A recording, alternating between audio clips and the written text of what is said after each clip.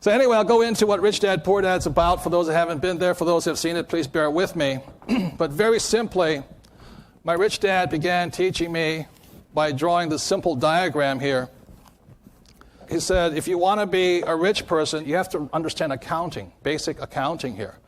So the Rich Dad, Poor Dad is a book on accounting, of all things. I was talking to a banker the other day, and he says, what's the book about? He says, it's about accounting.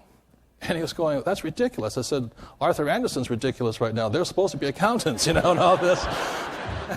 and I said, the issue with Arthur Andersen was people could not read a financial statement. And so it's not so much about accounting, but it's being accountable, accountability, personal accountability. So for those who haven't read it, it's income, expense, asset, and liability. And it's really simple. Started at age 9, started talking to me about all this.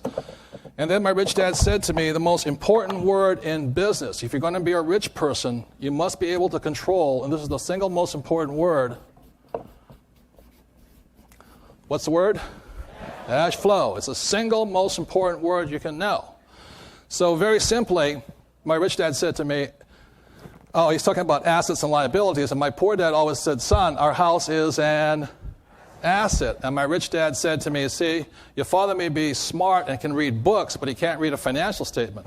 He says, if your father could read financials, he would see that your house is not an asset, it's really a liability. And that's where the problem starts with everybody here. One of the problems is that most of us go through our lives buying liabilities we think are assets, because we cannot read a financial. So very simply, because I was 9 years old, my rich dad said to me simply, assets put money in your pocket. So what do assets do? Put money in your pocket. That's all they do, whether you work or not. So basically, this is the cash flow pattern of an asset. So when I read a financial, I can see what real assets are, which liabilities are.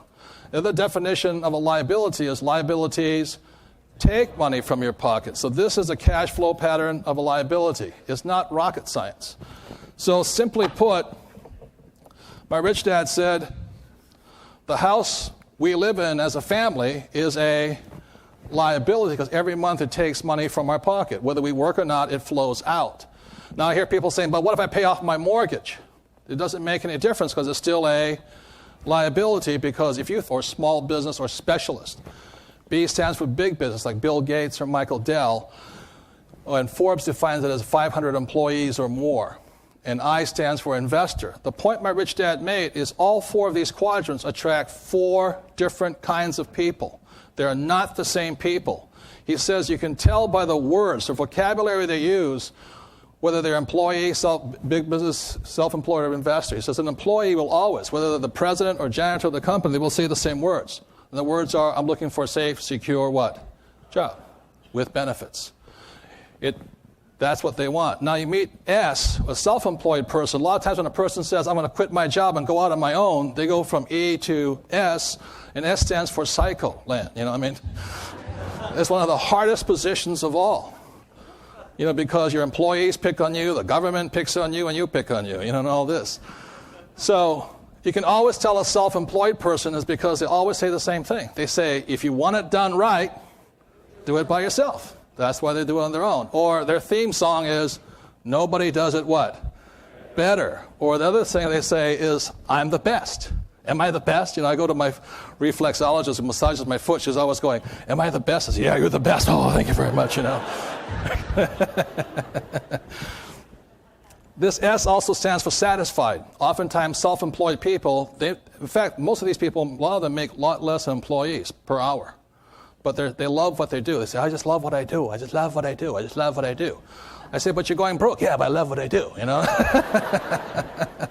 And a big business person, their theme is they're looking for a team. They put a football team together. They want to look at the best players, best CFO, best CEO, best presidents, best sales.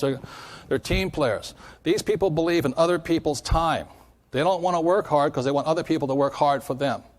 An investor, sad thing is everybody today has to be an investor, but a true investor, their words are, what's my return on investment, ROI. That's all they care about, okay?